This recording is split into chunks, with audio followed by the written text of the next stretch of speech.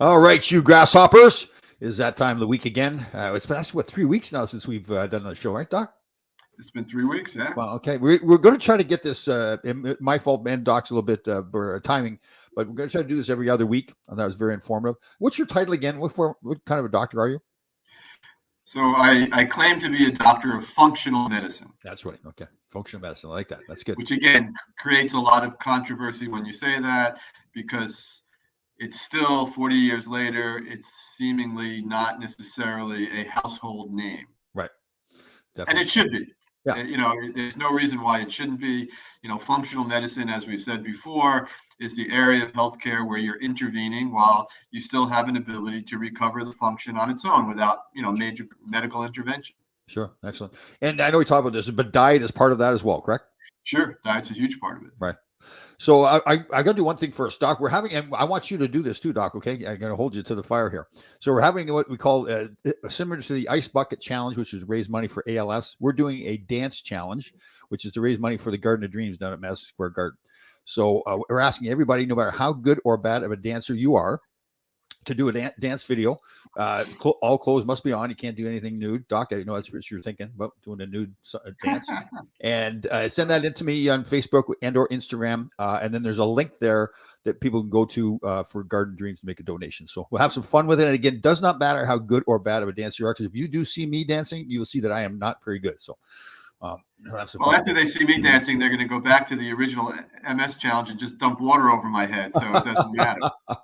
What are some guys? Why can't most guys dance as well as women? Women seem like they all can dance pretty well, right? It's like a female male thing. Yeah, I don't know if you've made this observation in your past, but they have slightly different body parts than us. It's a good point. Good point, Doc. See, that's why you're the doctor. That's why you get the big money. Exactly. That's why you get the big money. All right. So we touched on this before the show. And some people say I'm crazy when I say this. I used to wear glasses. I was nearsighted. Now I do all the intermittent fasting. And you educated me last week or the last show we were on.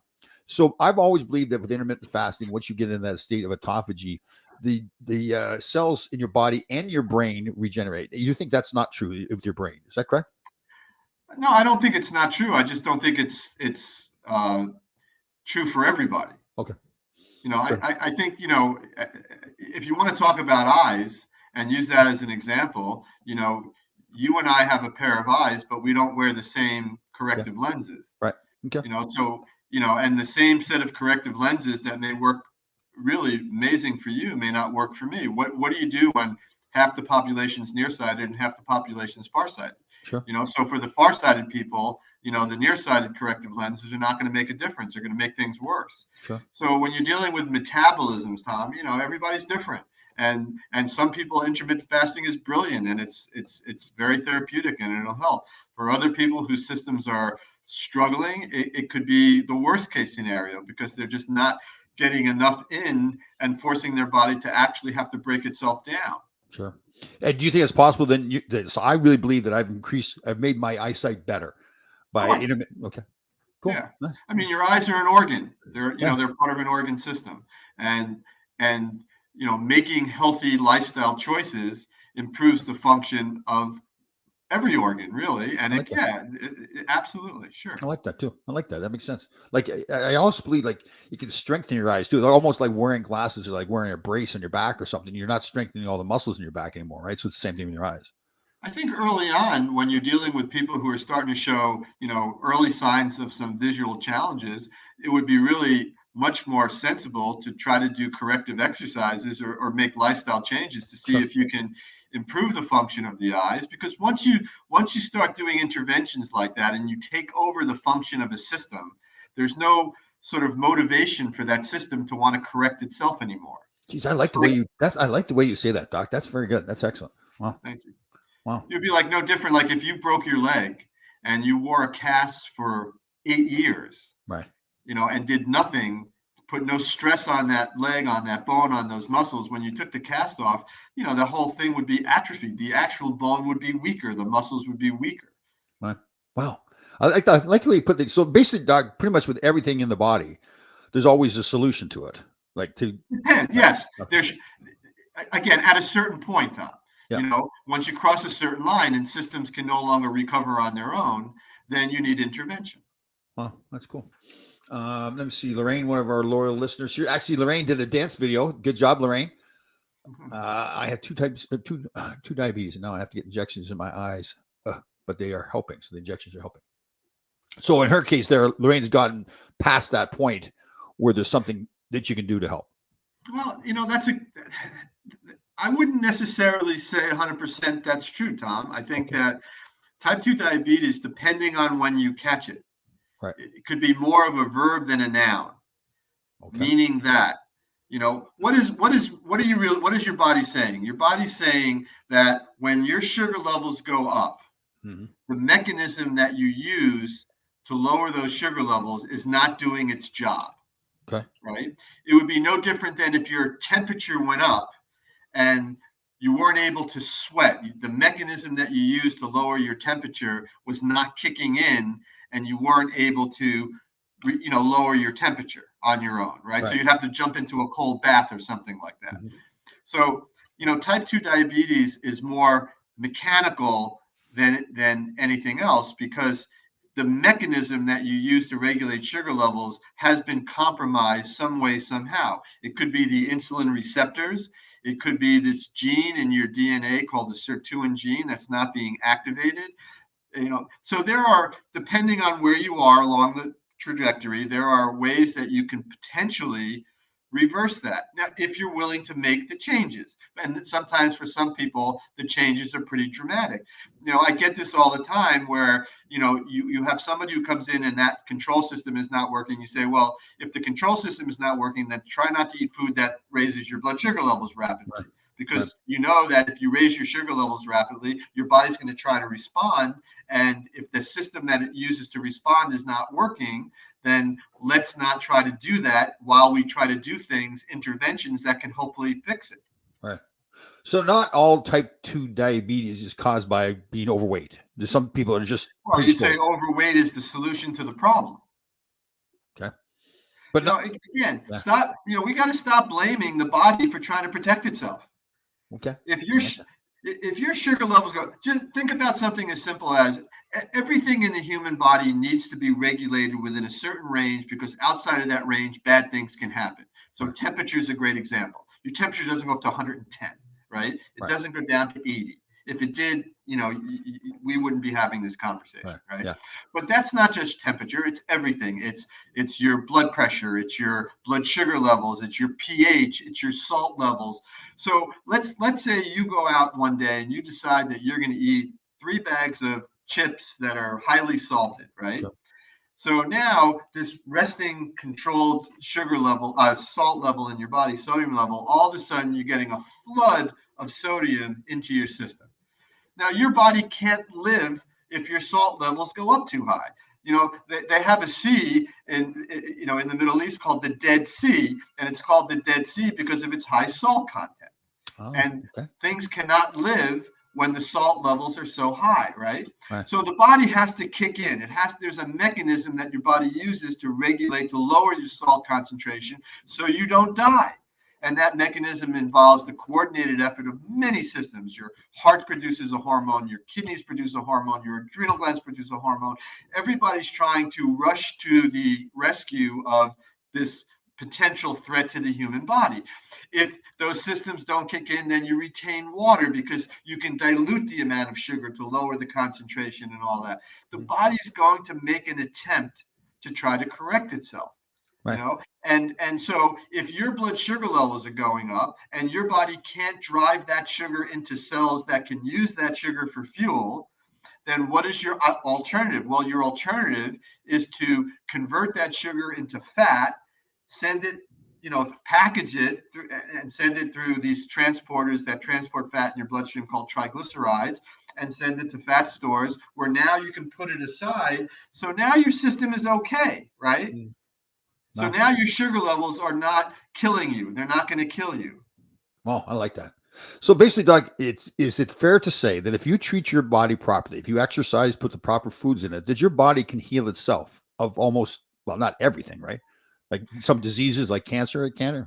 Well, again, cancer is the downstream effects of an upstream problem. Yeah. Right. Okay. Yep. So the mystery of cancer is something altered the mechanism, the DNA regulatory systems in your body, right? Right. Something altered your genes. Right. Whether it was insult by a virus, whether it was insult by environmental pollutants, radiation. I mean, if you're living next to Chernobyl after an accident, your risk of thyroid cancer and other cancers go up dramatically, right? What's the difference from one day to another? The difference is you got exposed to ridiculous amounts of radiation that altered DNA and caused stress to the body. There's also another side of the equation, which is your body has natural killer cells or immune cells or surveillance cells that see cancer and kill it before it can become a problem. Okay. Well, interesting. So again, it's a mystery. That's the frustration when you're given a diagnosis like that. Right. And first and foremost, the process did not start. Well, I shouldn't say that. Maybe with the onslaught of radiation or something like that, or some kind of chemical toxicity, the process starts that moment. The process is a slow, steady process that accumulates over a very long period of time. Very cool.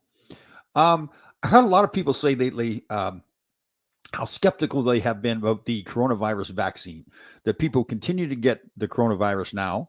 It doesn't seem to be as big of a deal. It's easy for me to say it. I'm not one getting sick, but it doesn't seem to be as big of a deal. A lot of people say, why did we even bother getting the vaccine? It really didn't work. It didn't stop people from getting coronavirus. What do you think? Well, you could say it stopped a certain percentage of the population from dying from the coronavirus. Right. Think about the people who died, all right? Most of the frontliners, the first wave of people, these were people with very compromised immune systems. They were, for all practical purposes, the majority of them were immunocompetent. So, this very strong virus comes along, and basically this population of people cannot mount a defense against that virus. Right. So their body goes into shock, right? Their respiratory system collapses and this and that. Now, at that moment in time, because of the numbers of people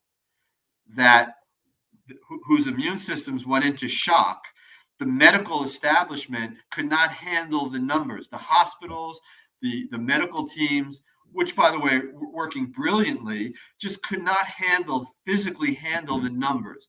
Yep. So now you had people literally dying on gurneys in the hallway of hospitals because you didn't have enough help to handle that, right? So of course, when that occurs, it's natural that you would want to say, hey, wait a minute, we better shut things down here. We better stop people from getting this virus because we just can't handle the onslaught of people that are coming in, right? Mm-hmm. So that was the first wave. And so what they did was to see if we can get people to come back out again, said, well, maybe we can create a vaccine that gives us some form of protection. So even though you're going to get sick from the virus, you might not die. Okay. Right. And so, that's what you're seeing now. You're seeing a lot of people who are getting sick, who, get very sick to some degree, but they don't die. They're not put on respirators. They're not on ventilators. They're not on, crisis care, although some people still are, but the numbers are not out of the range where the medical system right now can handle it. So, and initially it was really just a numbers game. There was a large percentage of the population of Americans who have not done a particularly good job of taking care of their bodies over the many years of their lives. And I'm not making a political statement, and I'm not, making a criticism, but it's at that point where that was the problem. That was the challenge that the medical system faced. Right. And like any system, this virus is tricky, and this vaccine is not 100% answer for all people. And yes, does it affect other people? Yeah, it does. Absolutely. Sure. It's almost like, how could they possibly test the vaccine properly in that period of time? Like they test other vaccines for years, don't they? Yeah, I think that in this case, again, you'd have to talk to the research teams that really were doing this. But in this case, I think that you needed to think about what was going on historically. I mean, You know, you needed some intervention pretty quickly, and you didn't really have the time. Right. You know, Yeah. and you make a decision. You know, and I'm not. You're a sports guy. I'm a sports guy. You've had coaches that you've played for, you know, and they have a strategy. This is their belief system as to how they feel they're going to win this game, right? Mm-hmm. Now, at the end of the day, if they win, then their philosophy worked. If they lost, then they're jerks, right? How could they be so stupid? How could they not know? You know, another coach would have said something different, and you know that's a Monday morning quarterback thing. Yeah, I know. And it's, I think in both cases, it's how it's applied too. It's what the players do with the strategy. Sure, it's the same thing with medicine too, right? Yeah. Yes. I think we have to accept the fact that we're all living in a community. You know, we're living in a society, an advanced society, and on some level, we're all responsible for each other. Right. And in that case with COVID, you touched on with COVID, and this is going to sound very cold the way I say this, but the fact that a lot of people in this country in the world, haven't really taken care of themselves and are overweight and they're immune compromised because of them not taking care of themselves really puts a lot of the rest of the people at risk too. I mean, that's a very cold statement, I guess, but that's reality. Don't those things? Well, you can make the similar statement that the people who are not responsible driving their cars raise insurance rates for everybody else also. Yeah, very true. Yeah. You know, it's a collective thing. So, sometimes, one of my frustrations in life, and I have many of them, and I probably need a team of psychologists and psychiatrists to manage all of them. But I on my way home, I live in Briarcliff, and on my way home, I take 9A to get off at this road exit called Pleasantville Road. And when you get off the exit, there's a stop sign, and there's a clear sign that says no left turn, right?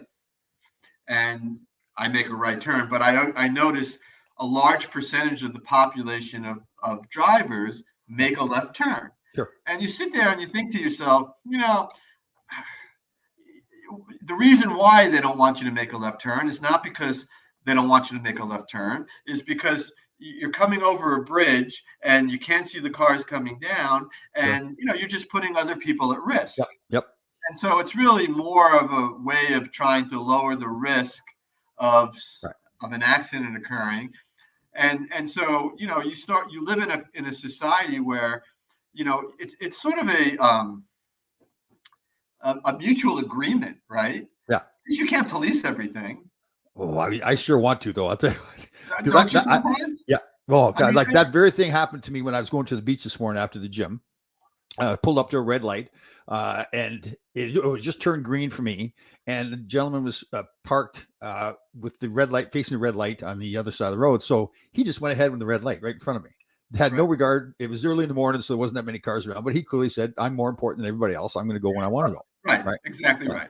And for somebody like yourself, who's grown up in a team sport, totally, and recognizes the value of being a great teammate, right? Because when you're playing hockey, it's not about you.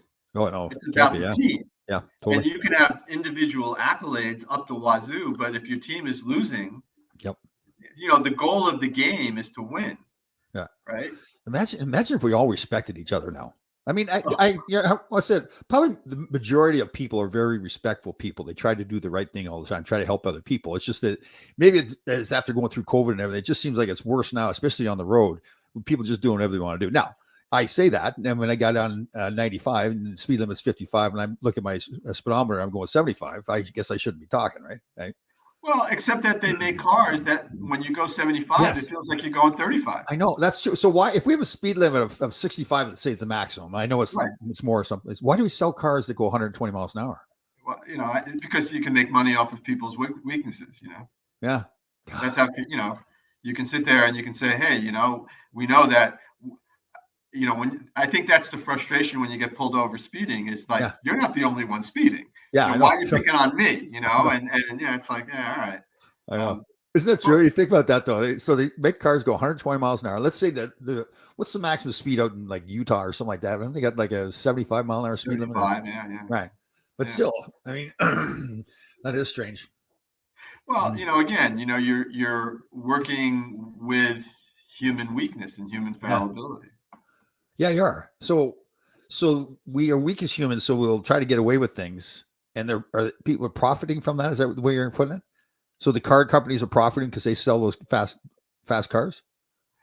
Well, I think that's what people like, right? Yeah, right. People, there are a lot of people who like to go fast.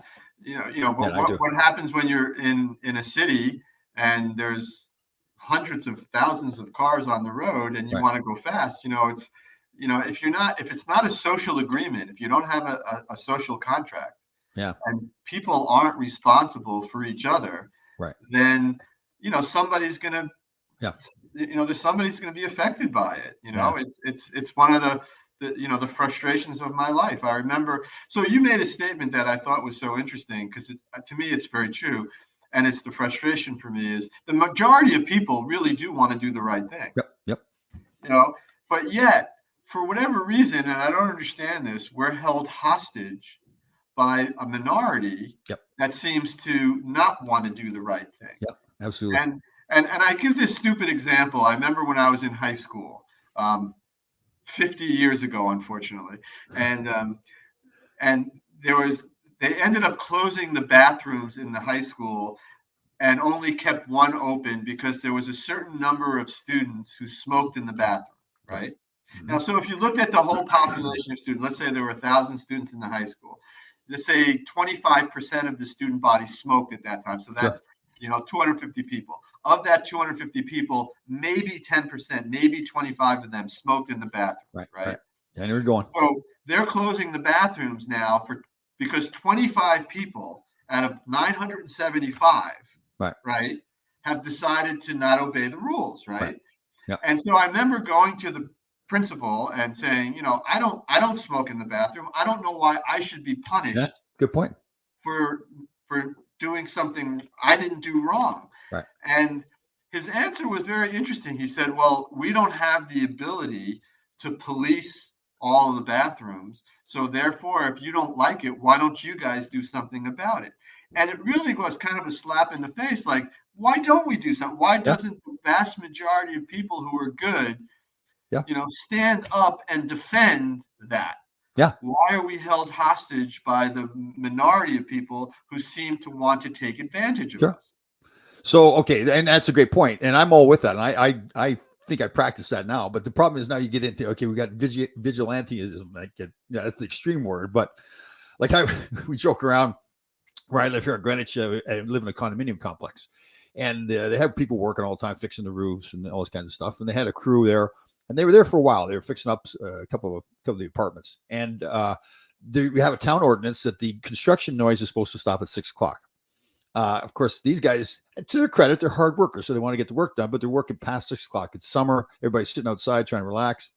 So I took it upon myself to end the construction noise and went over to 10 guys working. And I said, guys, it's 6:00. I try to be nice at first. It's 6:00. You need to stop the work. Of course, they did not stop the work. And then my temper got the best of me, and there was an aluminum ladder leaning against the wall. And I'm looking at the ladder. I'm going, don't do it, Tom. Don't do it. And the other part was going, yes, throw it, Tom, throw it. And the more they continued to just totally ignore me, I grabbed the ladder and I threw it down the hill. So they stopped. I don't think that was really the best thing for me to do, but it's like what were your other options at that time? What do you think you could have done that may have made it a little bit of a,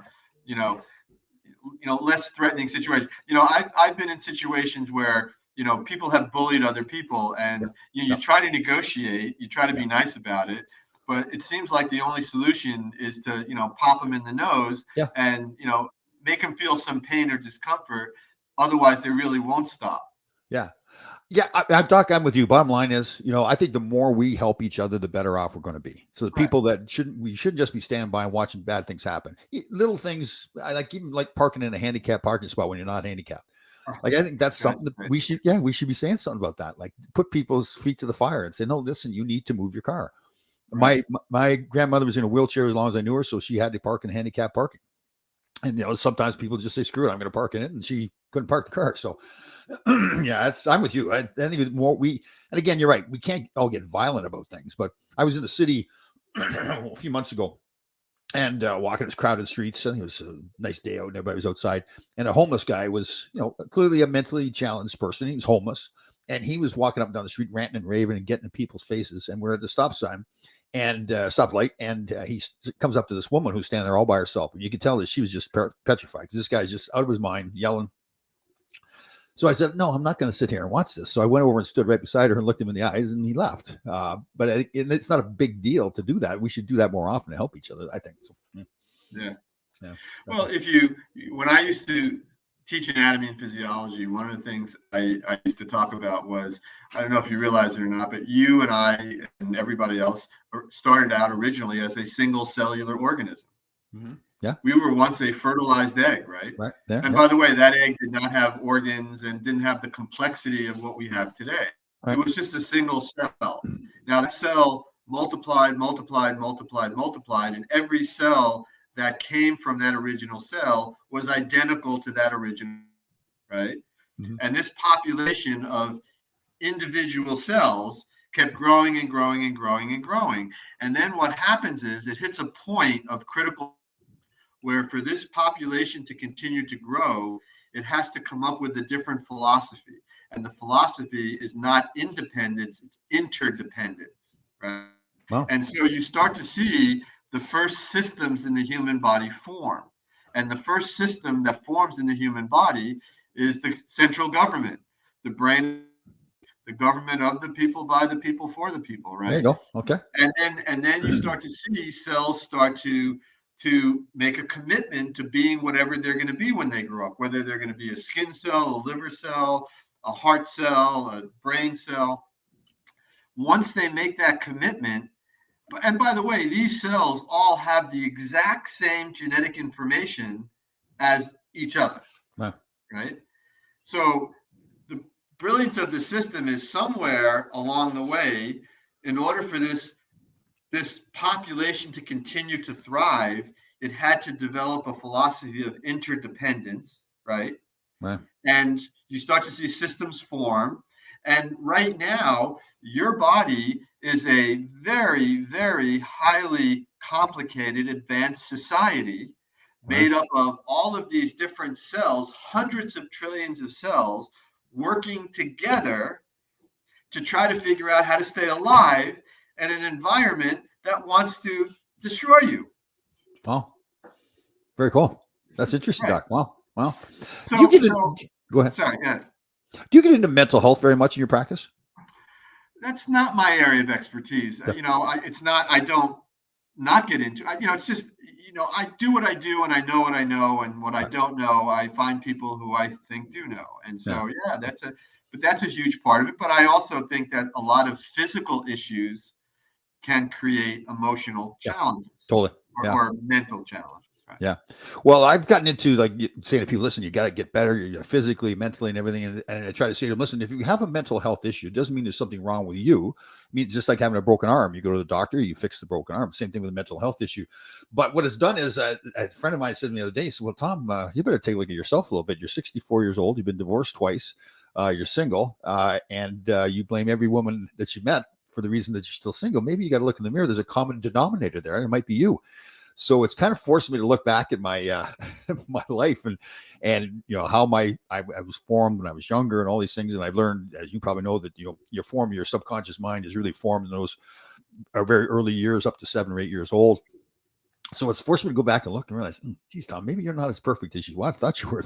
Like the whole mental, I feel like in so many parts of my, I'm very confident and strong and all that kinds of stuff. But there's some issues there that I've forced myself to look with and look at, and it's kind of uncomfortable, I think, for men, right? And that's where we've got to really grow, for not just men, but everybody.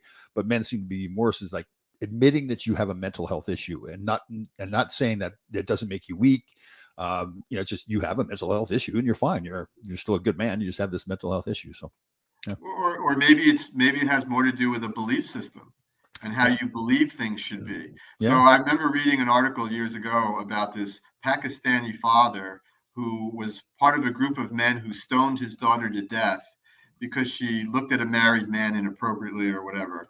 Oh. And I remember thinking to myself, oh my God, like that is insane, right? But yet if I spoke to that group of Pakistani men in that subculture, they would think I'm the one who's crazy. Yeah, totally. Yeah, that's the way. That's how they see the world. That's their belief. Yeah. So you were raised, maybe you and I were raised to believe that there's this one woman that you're going to meet, and you're going to be in love, and you're going to stay in love for the rest of your life. And for some it's true, maybe for others it's not. Yeah. And maybe that's how long your relationship was supposed to last. Yeah. Good Again, point. I'm not. That's a good point, Doc. That's a good way of looking at it. I like that. Even with having kids now, it seems like more married couples are choosing not to have children. Very And complicated, right? it's become more acceptable. My son and his wife, very proud of them. They're very responsible people, fantastic. They got a great marriage, but they've made the decision as of right now to not have children, and I admire them for it. Yeah, they made that. Yeah. Well, you think about how many men do you know are great boyfriends but lousy fathers, Yeah, or I totally. shouldn't say lousy fathers; they're just lousy husbands. Yeah, I remember after I had my first son, 36, almost 37 years ago. Um, it was the most amazing experience of my yeah, life. I'm so grateful, because I would never have chosen to be. I never really thought about being a father. I never yeah, thought not about being a father, but it yeah, was more that she wanted to be a mother. So, she was at that age where, it was time for us to start a family. And I certainly, was more than happy to oblige her. And then not ever knowing how I would be until the nurse handed me my son, and it yeah, was like I became a father. yeah. And No this was kidding. the most important thing in the world to me, and thing that I couldn't imagine loving anything more Yeah, than that. yep. Right. Very true. But what ends up happening that they don't talk about is I became a father and my wife became a mother. Right. And so our role changed, Yeah, our role completely changed. yeah, We used to be boyfriend and girlfriend. We used to be, and now all of a sudden we're mother and father. Now, luckily, we were able to transition, with sure. a number of bumps in the road, we're able to transition into those roles. And but a lot of my friends, men, and I should say women too, had a hard time transitioning into those Yeah, roles. yeah. Very You true. know, they, I made a joke, and it's so unfair, but I used to say to my wife years ago, my goal in life is to be above the dog on your list of priorities. I know that kids come first. I just want to be above the dog, How'd you and make out? How'd you make out, Doc? what's that? How'd you make out? Are you above the Oh, dogs? yeah, no, and it's and look, it's I don't mean it in a negative Yeah, sense to I her. know. She's an amazing woman, and she's a Yeah. great mother and a great partner.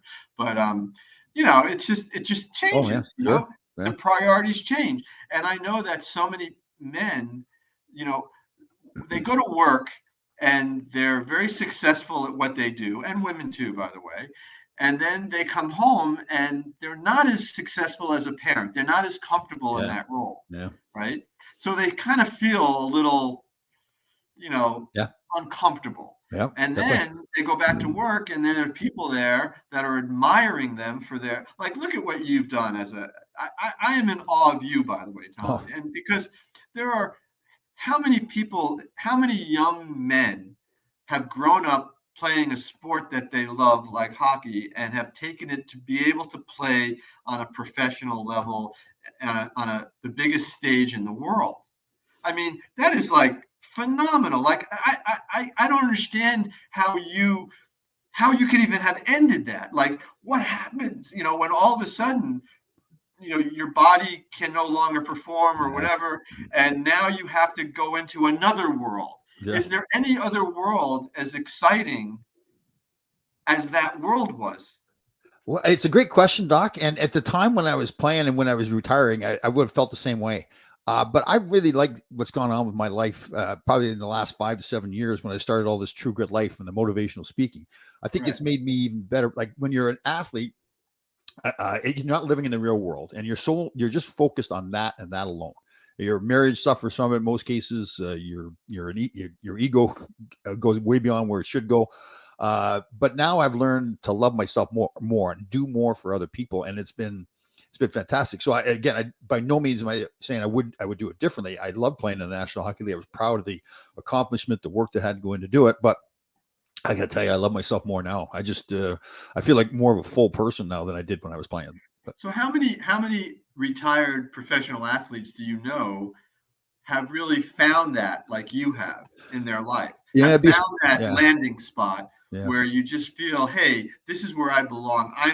This is where I'm just so happy being where I belong. right. I think, that's a tribute to you, Tom. I mean, that you've been able to do. You worked hard. You worked hard. I'm sure you've had a number of bumps in the road, Yeah. like most of us, but you found that landing spot. And how cool is that? Yeah, it's really cool. And that's what I try to show other people. And that's really why I do, like, going on Survivor and all that kind of stuff. I wanted to show other people that anybody can do what I've done. There's no special gift here that I've been given. I just been lucky to, first of all, I was lucky to grow up on the farm with my father and grandfather and watch their work ethic, watch my father transition from being a farmer to a firefighter. When he did it, it was like it was seamlessly. It wasn't a big deal. But when you tell other people about changing careers like that, and they go, "Wow," it's like people very often get into one career and that's all they want to do. You obviously are very passionate about your career, and you've worked hard to get where you are in your career too. So it's yeah, that's the thing. If everybody wants to change things in their life, they can change things. They have the power to do it. It's not going to happen overnight. You're going to have bumps on the road, like you said, but if you have discipline and you learn things, for me, some of the biggest things, like during the pandemic, it's been terrible for so many people, but learning more about my diet and how to make different foods that are healthier for me, learning about, I didn't know about intermittent fasting before I'd heard the word, really didn't understand what it was. So yeah, you can do anything you want to do. And it really is, it's a saying that people use. It actually is the truth. And I hope I'm showing people by what I'm doing that then you actually can't do it. So yeah. There's a key word that you mentioned, and that is passion. Yeah. Oh, I mean, most of what drives, if you have passion for something, yep. I have passion for what I do. And when I started out professionally, I hated what I did. Yeah. I really didn't think I was really helping people that much. Right. Well, I almost feel like I'd love to go back and give everybody, all their money back that, who came to me for advice. Cause I really, yeah. I was sort of programmed to give them advice based on, a belief system that I found to be not correct. Right. Right. Oh, okay. I didn't know that, Doc. Well, that's cool. That's very cool that you recognize that too, right? I mean, that's yeah. Cool. Well, one of my weaknesses as a person, you could argue is one of my strengths is I'm just not a good poker player. I'm not a good salesman. Yeah. If I don't believe it, I can't sell it. Yeah, I know. I'm the same way. And I don't want, I don't want to sell it either. If I don't believe it, I don't want to sell it. Yeah. Nor do I. It's funny that I had this conversation with a friend recently who's an amazing salesman, and you hear this line all the time, and the line is, "Oh, I can sell cubes to an Eskimo." I know. Oof. And that bothers me more than anything else, because I look and say, well, why would you want to sell an ice cube to an Eskimo? They don't need ice cubes. I know. I mean, if anything, that's the last thing in the world they need. And why are we like congratulating you for doing something? I know. Yeah. It's like some of these sales, these sales competitions. What are you selling? You're getting people to buy something that they really don't need. I know. How much of what people buy do they really need? I know, totally. I know, like, I had a friend of mine, somewhat of a friend. I won't get into the situation, but he said to me at one point, he says, "Well, I'm just a better liar than you, Tom." And I'm thinking to myself, "You're proud of that?" Like, it's just, I know. Well, but there lies the problem, right? Yeah, totally. Yeah. Yeah. He wasn't my, after saying that, I didn't trust him at all anymore. I didn't trust him that much before, but I had no trust for him after that. Right. Hey, Doc, where can people find you if they want to come to you? Oh, right here on your show. No. Okay. So my office is located in White Plains. It's the address is 510 North Broadway. Okay. On the North White Plains. So if you're needing to take a train to Central North Train way, my 949-6009. The name of my business is Bloom Metabolic Insights. You can certainly Google it. We have a website, and we'd love to hear from anybody who is interested in trying to figure out how they can improve the function of their system. Right. Before you get sick too. That's the key. That's the key, right, Doc? Before you get sick, correct? Well, I remember taking a course years ago in traditional Chinese medicine, and I heard probably one of the greatest philosophies. I'm not a traditional Chinese, know about what other things people are doing it. And they basically saw the world in terms of its opposite. So, for example, if you suffer from fear and anxiety, they didn't say that you had fear and anxiety. They said that you had a deficiency of faith and confidence. Oh, wow. You're Interesting. not in a cold room. You're in a room with an absence of heat. Right. Huh.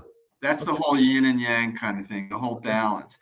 And I just felt that was brilliant. And so you know, there's function and there's failure, Right. right? Failure is disease. Failure Right. is when, and function is the opposite. So what should be the goal of the system? The goal of the system should be to keep functioning as long as you can, because if it's functioning, it hasn't failed yet, right? I like it. I like it. So that's Yeah. the whole concept. You know, the other one I heard the other day, why do we call it a stoplight? Why don't we call it a go light? Yeah, very good. Yeah, like just the whole concept, right? Yeah, right. Because we all get stuck in that nose. Well, Doc, great to see you again, everybody. We're going to try to do this every other week at 10 o'clock again. It's my fault we couldn't do it at 10 o'clock today, but every other Tuesday at 10 o'clock we'll do the show. If everybody has any questions for Doc or anything like that, please let us know. Doc, great to have you on again. I always learn something every time I'm on with you, so that's fantastic. Thank you very much. Me too, Tom. Appreciate it. I really appreciate it. Yeah. Bye now. Thanks, buddy.